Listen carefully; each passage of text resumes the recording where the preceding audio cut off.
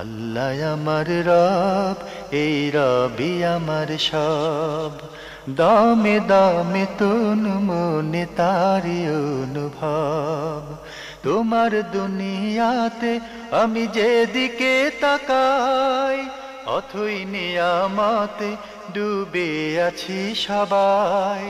পাক পাখালির গানে শুনি তসবি কলো রব, তসবি কলো রব। আল্লাহ আমার রব, এই রবি আমার সব। আসসালামু আলাইকুম। প্রিয় দর্শক, আপনারা যারা দেশে আছেন প্রবাসে, সবাইকে জানাই অনেক অনেক প্রীতি ও শুভেচ্ছা। শুরু হলো অ্যান্টিবা আয়োজিত এবং লাভেলো নিবেদিত অনুষ্ঠান আপনার জিজ্ঞাসা। আপনাদের সাথে আছি আমি জয়নুল আবেদিন আজাদ। আর আপনাদের মনে জাগা প্রশ্নের জিজ্ঞাসার জবাব দিচ্ছেন বিশিষ্ট আলেম ডক্টর মোহাম্মদ সাইফুল্লাহ। আসসালামু আলাইকুম ওয়া রাহমাতুল্লাহি ওয়া বারাকাতুহু। প্রিয় দর্শক, চলুন তাহলে জিজ্ঞাসার জগতে। শুরুতে একটি ইমেল, এটি পাঠিয়েছেন আফিয়া খাতুন ফরিদপুর থেকে। লিখেছেন, আপনার জিজ্ঞাসা অনুষ্ঠানের জন্য আপনাদের সবাইকে ধন্যবাদ। আপনাদের কাছে আমার অতি প্রয়োজনীয় কিছু প্রশ্ন, দয়া করে উত্তর দেবেন। প্রশ্নগুলি আমি ফেসবুকে পাই, সেখানে লেখা 10ই মুহররমে এই ঘটনাগুলো ঘটে। 1, দুনিয়া সৃষ্টি করা হয় এদিনে। 10ই মুহররমে মানে পৃথিবীকে সৃষ্টি করা হয়েছে মর্মে যে বর্ণনাটি পাওয়া যায়, ইবনে রজব হাম্বলি রাহিমাহুল্লাহ তাআলা তার তাহকিকের মধ্যে উল্লেখ করেছেন যে এই বক্তব্যটি সনদ এবং বর্ণনা কোনো দিক থেকে শুদ্ধ নয়। আমরা শুধু এতটুকুই বলবো, মূলত তাহকিক হচ্ছে মানে এখানে অনেকগুলো ওয়াকায়ে, অনেকগুলো ঘটনার কথা উল্লেখ করা হয় থাকে 10ই মুহররম উপলক্ষে। অনেকগুলো ঘটনার কথা উল্লেখ করা হয় থাকে। এখানে সহিহ বর্ণনার মাধ্যমে যেটি সাব্যস্ত হয়েছে সেটা হচ্ছে 10ই মুহররমে মূলত মূসা আলাইহিস সালাতু ওয়াস সালামকে আল্লাহ সুবহানাহু ওয়া তাআলা ফিরআউন এবং ফিরআউনের সম্প্রদায় থেকে আল্লাহ রাব্বুল আলামিন মুক্তি দিয়েছেন। মূসা আলাইহিস সালাতু ওয়াস সালাম এই দিন বনী ইসরাঈলকে নিয়ে লোহিত সাগর পার হয়ে মূসা আলাইহিস সালাতু ওয়াস সালাম সিরিয়ার দিকে চলে গিয়েছেন।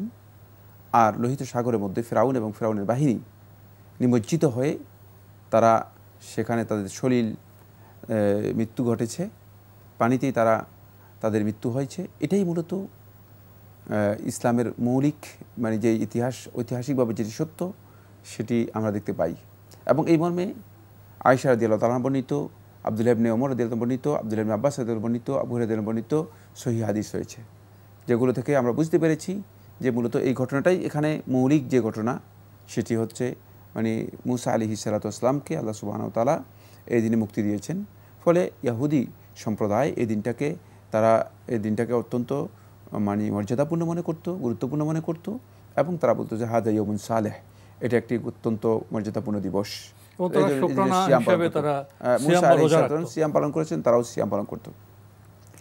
ইবনে রজব রাহিমাহুল্লাহ তাআলা তার লাতাইফুল মাআরিফের মধ্যে উল্লেখ করেন, তিনি বলেন যে এই দিনে নূহ আলাইহিস সালাতু ওয়াস সালামের যে সাফিনা, যে নৌকা বা জাহাজ তিনি তৈরি করেছিলেন, এই জাহাজ মানে জুদি পাহাড়, ইরাকের যে জুদি পাহাড় রয়েছে, এই জুদি পাহাড়ের সাথে এসে মানে ওই যে বন্যা হয়েছিল, মহা প্লাবন হয়েছিল, ওই প্লাবন এসে ওই দিনে ঠেকেছে মর্মে যে রেওয়ায়তটি রয়েছে। এই রেওয়ায়তটি বিভিন্ন বর্ণনার মাধ্যমে বোঝা যায় যে এই রেওয়ায়তটি গ্রহণ করা যেতে পারে। এটা ইবনে রজব রাহমাতুল্লাহ আলাইহির বক্তব্য। কিন্তু না, এর প্রত্যেকটি রেওয়ায়তই দুর্বল। তারপরেও যদি সবগুলো রেওয়ায়তকে একসাথে করা হয় তাকে হয়তো বলা যেতে পারে যে হ্যাঁ মানে এই রেওয়ায়তটা মানে এটা শুদ্ধ হতে পারে বা এই ধরনের বক্তব্য মানে একটা সম্ভাবনা রয়েছে। বাকি যে রেওয়ায়তগুলো মানে যে ঘটনাগুলো উল্লেখ করা হয় থাকে এগুলো সবগুলোই মূলত সহিহ কোনো বর্ণনার মাধ্যমে সাব্যস্ত হয়নি যে মুহররমের 10 তারিখেই এগুলো ঘটেছে। মানে যেহেতু এগুলো ঐতিহাসিক বিষয়, আবার যেহেতু এগুলো অদৃশ্য জ্ঞানের সাথে সম্পৃক্ত বিষয়, আর ওই সময় আমরা ছিলাম না, মানে ঠিক না, মানে কিছু কিছু বিষয় আছে অদৃশ্য জ্ঞানের সাথে সম্পৃক্ত, আর কিছু কিছু বিষয় আছে ঐতিহাসিক বিষয়, আমরা কেউই ছিলাম না এবং ঐতিহাসিকভাবে মানে এগুলো প্রমাণিত হয়নি। কেউ এগুলো বনী ইসরায়েলের বিভিন্ন বর্ণনা থেকেও গ্রহণ করেছেন। সুতরাং এই ক্ষেত্রে আমরা যেহেতু সুস্পষ্ট হাদিসের মধ্যে রাসূলুল্লাহ সাল্লাল্লাহু আলাইহি ওয়াসাল্লামের নির্দেশনার মাধ্যমে পাইনি, এক্ষেত্রে আমরা বলবো যে এই বিষয়গুলো যেগুলো বর্ণনা করা হয় থাকে এগুলো ঐতিহাসিকভাবে স্বীকৃত নয়, প্রমাণিত নয়। এখানে 13টি বিষয় বর্ণনা করা হয়েছে, আমরা একে একে আসি। জি, প্রথম তো আপনার সামনে পেশ করলাম যে দুনিয়ার সৃষ্টি করা হয় এদিনে, এটি সহিহ দলিল ভিত্তিক নয়। জি জি। 2 নম্বরে বলা হয়েছে আকাশ হতে বৃষ্টি হয় দিনে। না, এটা মানে এই বক্তব্য শুদ্ধ। 3 নম্বরে বলা হয়েছে আদম আলাইহিস সালামকে সৃষ্টি করা হয় দিনে। না, মানে আদম আলাইহিস সালামকে সৃষ্টি করা হয়েছে ইয়াউমুল জুমআ, এই মর্মে হাদিস সহিহ হাদিস সাব্যস্ত হয়েছে, কিন্তু সেটা ইয়াউমে আশুরা ছিল বা আশুরা দিবস ছিল, এই কথাটি শুদ্ধ নয়। আরও লেখা হয়েছে নিষিদ্ধ ফল খাওয়ার অপরাধে আদম আলাইহিস সালাম ও হাওয়া আলাইহিস সালামকে বেহেশতে বিতাড়িত করা হয় এই দিনে। না, এই বক্তব্য শুদ্ধ নয়। তাহলে তো এটি শাস্তির দিবস হিসেবে প্রমাণিত হবে। জি, মানে এমনভাবে এই জিনিসগুলোকে একসাথ করে দিয়েছে যে মানে এটা একটা গল্পের মতো তৈরি করেছে। আপনি যেভাবে প্রশ্ন করেছেন মনে হচ্ছে যেন কেউ গল্প তৈরি করেছে। লেখা হয়েছে আদম আলাইহিস সালামের দোয়া কবুল হয় এই দিনে। না, এটাও মানে কোনো ধরনের রিওয়ায়াত দ্বারা সাব্যস্ত হয়নি, মানে এই সহিহ কোনো বর্ণনা আসেনি। রাসূলুল্লাহ সাল্লাল্লাহু আলাইহি ওয়াসাল্লাম হাদিস থেকে যদি আসে তাহলে সেটা আমরা গ্রহণ করব, অন্যথায় আমাদের প্রয়োজন নেই যে আসলে হাদিসে এই ধরনের ঘটনা কোনো দলিল নেই। আরো লিখেছেন নূহ ইসলামকে তুফান হতে মুক্তি দেওয়া হয় দিনে। ওই আমি বলেছি এই ঘটনা ইবনে রাজব রাহমাতুল্লাহ আলাইহি যে বর্ণনাটি উল্লেখ করেছেন, মানে যে যদি পাহাড়ের মধ্যে নূহ আলাইহিস সালামের কিস্তি অথবা নূহ আলাইহিস সালাম যে নৌকা বা জাহাজ তৈরি করেছেন সেটাই ঠেকেছে, এই মর্মে একটি রিওয়ায়াত পাওয়া যায়। রিওয়ায়াতটি নিয়ে বিতর্ক রয়েছে। আরো লিখেছেন সুলাইমান আলাইহিস সালামকে বাদশাহী দান করা হয়। না, এটাও শুদ্ধ নয়। জি, আরো লিখেছেন আইয়ুব আলাইহিস সালামকে রোগ হতে মুক্তি দেওয়া হয় এই দিনে। না, এটাও শুদ্ধ নয়। জি, ইব্রাহিম আলাইহিস সালামকে আগুন হতে নাজাত দেওয়া হয় এই দিনে। এই মর্মে কোনো বর্ণনা আসেনি। জি, মুসা ইসলাম ও আল্লাহর সাথে তুর পাহাড়ে কথা বলেন এই দিনে। না, মুসা আলাইহিস সালাম তুর পাহাড়ে কথা বলেন, এই কথা যদি হতো তাহলে রাসূলুল্লাহ সাল্লাল্লাহু আলাইহি ওয়াসাল্লাম মুসার ঘটনা যখন বর্ণনা করেছেন প্রথমেই রাসূল সাল্লাল্লাহু আলাইহি ওয়াসাল্লাম এটা বলতেন, এটা বেশি ইম্পর্টেন্ট।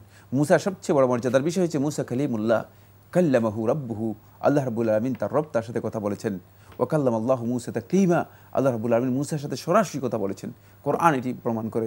সুতরাং মুসার সবচেয়ে মর্যাদার বিষয় হচ্ছে যে আল্লাহ তাআলার কালাম, মুসার সরাসরি কথা বলেছেন আল্লাহ রাব্বুল আলামিনের সাথে, আল্লাহ তাআলার কালাম তিনি শুনতে পেরেছেন।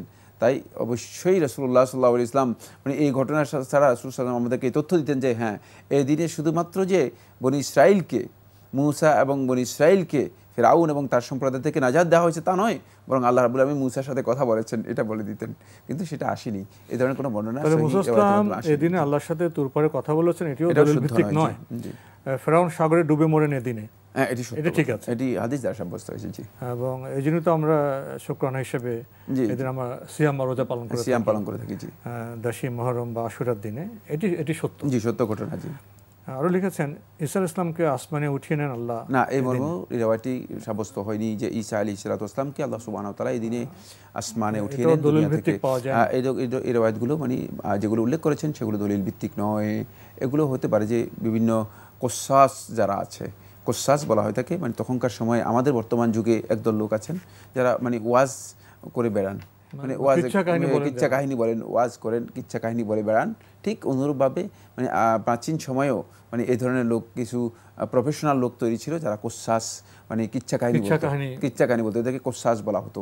মানে কিচ্ছা কাহিনী বলে লোকদেরকে একদম, হ্যাঁ, কিচ্ছা থেকে কিছু কোসাস, জি, লোকদেরকে উদ্বুদ্ধ করে প্রাণিত করতো। তো এই ধরনের কোসাসদের আবিষ্কার এগুলো মূলত তারা এর মাধ্যমে মানে লোকদেরকে উদ্বুদ্ধ অনুপ্রাণিত করতো এই দিনের মধ্যে। জি, সবশেষে উনি লিখেছেন ইমাম হুসাইন রাদিয়াল্লাহু তাআলা আনহু কারবালা প্রান্তরে শহীদ হন এদিনে। না, এটা তো সহিহ, মানে একেবারে ঐতিহাসিক সত্য ঘটনা এবং কোনো সন্দেহ নেই, মানে ইসলামের ইতিহাসে এটি প্রমাণিত সত্য যে এই দিনে হুসাইন ইবনে আলী রাদিয়াল্লাহু তাআলা আনহুকে অন্যায়ভাবে শহীদ করা হয়েছে, তিনি শাহাদাত হয়েছেন। এটি সত্য ঘটনা, কোনো সন্দেহ নেই। এটি 10ই মুহররম হয়েছে এবং এই ঘটনা থেকে আমাদের অনেক কিছুই শিক্ষণীয় বিষয় রয়েছে। এই ঘটনায় তো কবিও বলেছেন ত্যাগ চাই মার্সিয়া ক্রন্দন চাই না। ত্যাগ তিতিক্ষায় সত্য উদ্বুদ্ধ হতে হবে, বিলাপ করা যাবে না, মার্সিয়া ক্রন্দন করা যাবে না। এটা তো আমরা এদিনের কাজের মধ্যে আমাদের পরহেজ করার বিষয় আছে, এটা আমরা জেনেছি।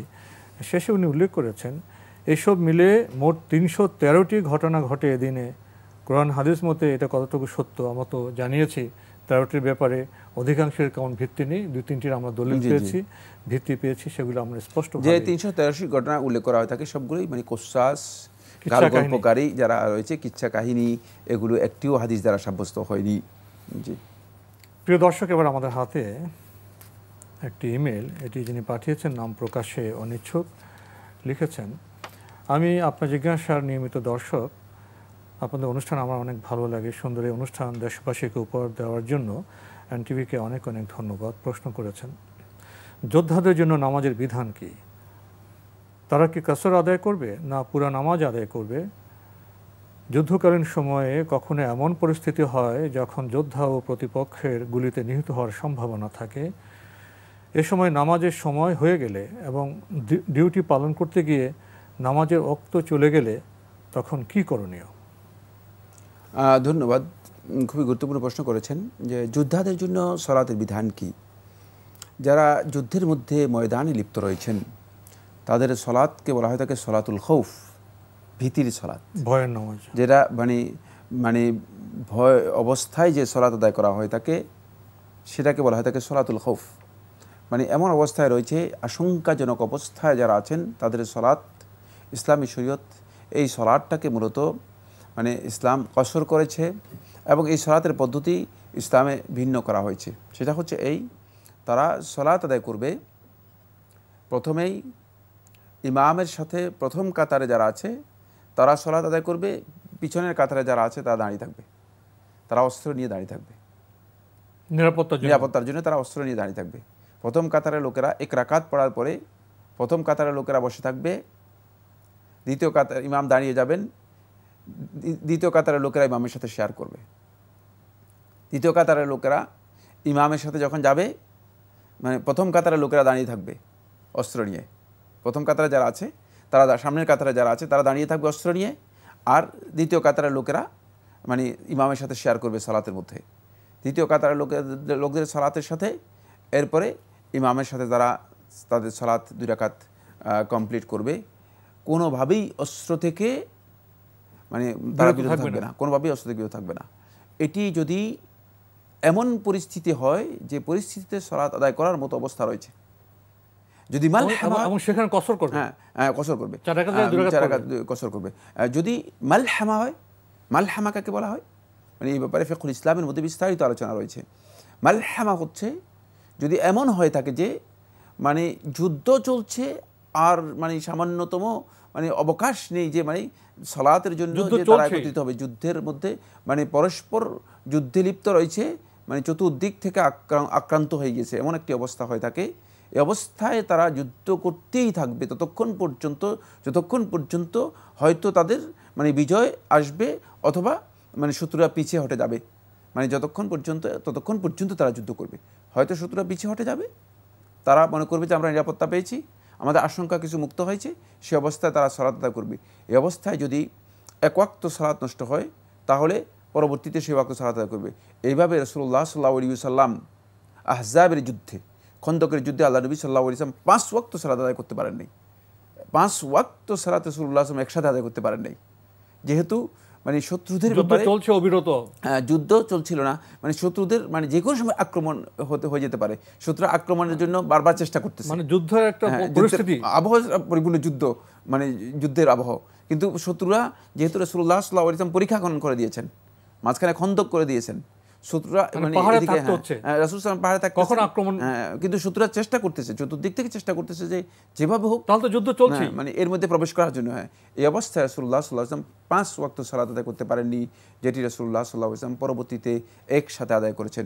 যদি এমনই পরিস্থিতি হয় মানে ফি ওয়াক্তিল মালহামা, যদি একেবারেই যুদ্ধ চলতেই থাকে তাহলে সেক্ষেত্রে সালাত তিনি পরবর্তীতে আদায় করবেন, তবে যুদ্ধ তাকে চালিয়ে যেতে হবে। একটি ইমেল এটি পাঠিয়েছেন জান্নাতুল ফেরদাউস শান্তা, লিখেছেন কুষ্টিয়া ইসলামী বিশ্ববিদ্যালয়ে আবেদন করতে হলে কান মাথা সহ পুরো মুখমণ্ডলের ছবি দিতে হবে, এক্ষেত্রে পর্দার হুকুম কি? কোনো মেয়ের কি কান মাথা সহ মুখমণ্ডলের ছবি দিয়ে আবেদন করা জায়েজ হবে? না, এটি না জায়েজের কিছুই নয়। আমরা বলেছি যে যদি প্রয়োজন দেখা দেয় কান মানে খোলা রেখে ছবি দিতে হবে। এখন পাসপোর্ট যদি আপনি করতে যান, বিভিন্ন অ্যাম্বাসিডার তো ছবি তাই লাগে, কান খোলা রেখেই আপনাকে ছবি দিতে হবে। এই ক্ষেত্রে মানে যেহেতু আপনি হাজাত দেখা দিয়েছে, প্রয়োজন দেখা দিয়েছে, আর প্রয়োজনটা এমন পর্যায়ের যে আপনাকে মানে এটি করতেই হবে, মানে পূরণ করতেই হবে, অন্যথায় আপনি কাজে মানে এই সুযোগটুকু পাবেন না।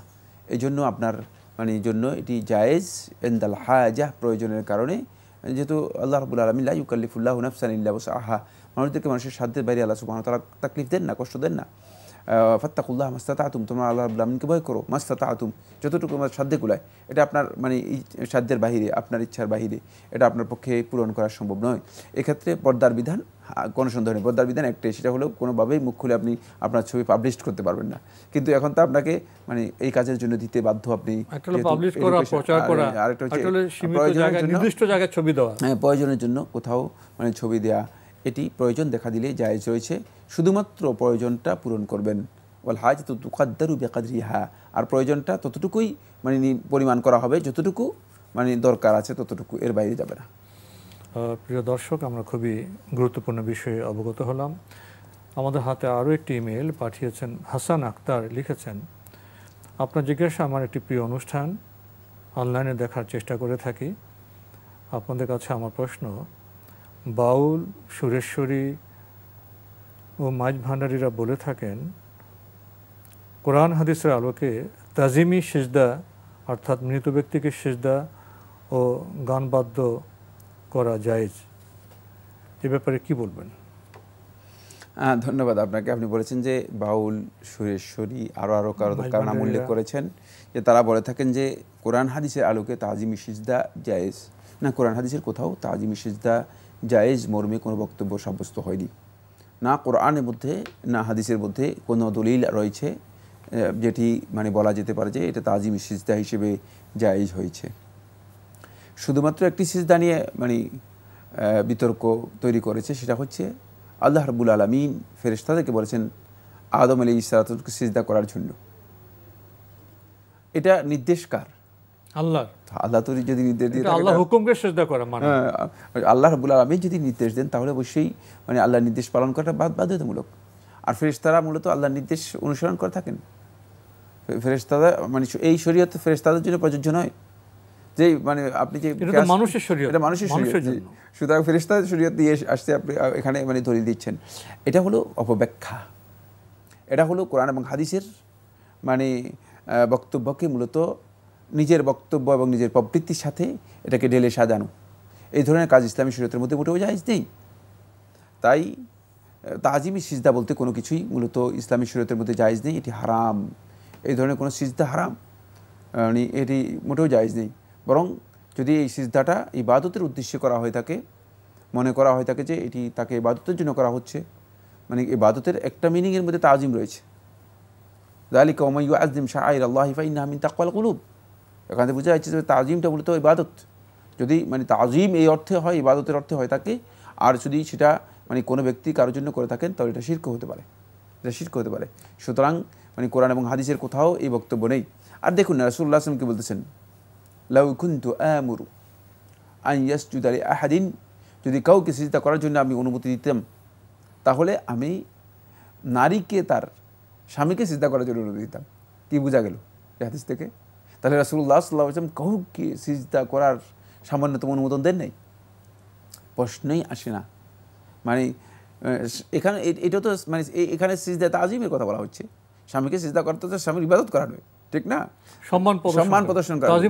সুতরাং স্পষ্ট করে হাদিস থেকে বোঝা যায় মূলত তাজিমের কোনো সিজদা রাসূলুল্লাহ সাল্লাল্লাহু আলাইহি ওয়াসাল্লাম অনুমোদন দেননি। যদি অনুমোদন দিতেন শুধুমাত্র মানে স্বামীকে করার জন্য অনুমোদন দিতেন, সেটাও রাসূলুল্লাহ সাল্লাল্লাহু আলাইহি ওয়াসাল্লাম দেন নাই। সুতরাং এই ধরনের বক্তব্য মূলত যারা দিয়ে থাকেন তারা কোরআন হাদিসের পরিপন্থী বক্তব্য দিচ্ছেন, একটি বিভ্রান্ত বক্তব্য দিচ্ছেন। করেছিলেন যে কোরআন হাদিসের আলোকে গান বাদ্য জায়েজ। না, কোরআন এবং হাদিসের কোথাও গান বাদ্য জায়েজ মানে এই ধরনের বক্তব্য কোরআনের কোথাও মানে আসেনি, এবং হাদিসেও রাসূলুল্লাহ সাল্লাল্লাহু আলাইহি ওয়াসাল্লামের কোথাও আসেনি যে গান বাদ্য জায়েজ। গান বাদ্য মানে এগুলো এই ধরনের বক্তব্য সরাসরি কমন কথা আসেনি। দ্বিতীয় বিষয় হচ্ছে গান বলতে আসলে কী বোঝাচ্ছেন?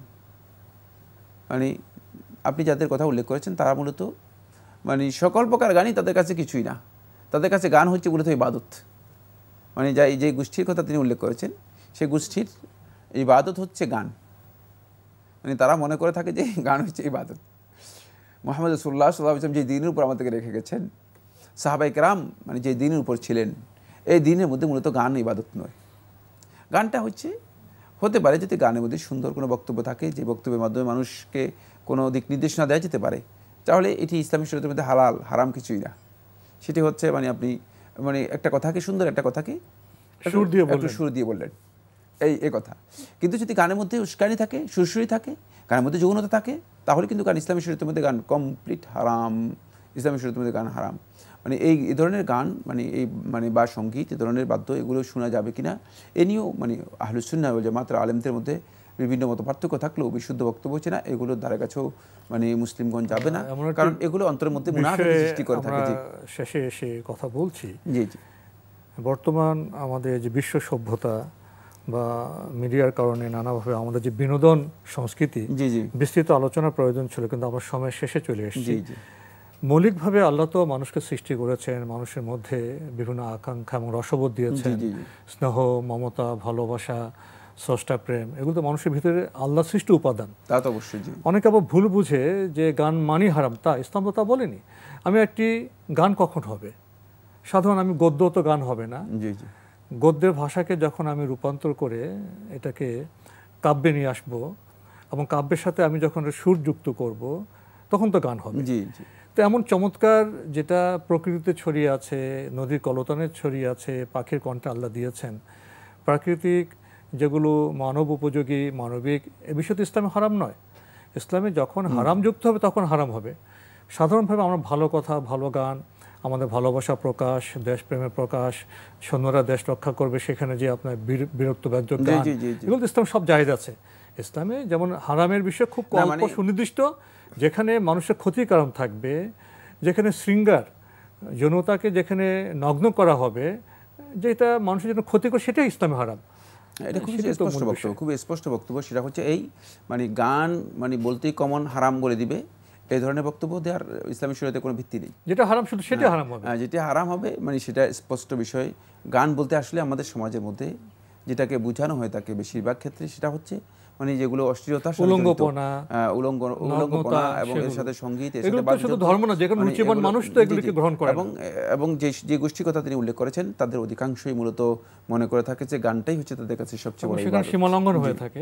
তো সময়ের কারণে আজকে আমরা এখানে অগ্রসর হতে পারলাম না, এখানে শেষ করতে হচ্ছে। আপনাকে অনেক ধন্যবাদ। আপনাকে অনেক ধন্যবাদ। প্রিয় দর্শক, আমরা এতক্ষণ দেখছিলাম এনটিভি আয়োজিত এবং লাভ হলো নিবেদিত অনুষ্ঠান আপনার জিজ্ঞাসা। আমাদের এই অনুষ্ঠান আপনারা এনটিভি অনলাইনেও দেখতে পারবেন, ভিজিট করুন www.ntvbd.com। এছাড়া ইউটিউবে এবং আমাদের ভেরিফাইড ফেসবুক পেজে অনুষ্ঠান দেখতে পারবেন।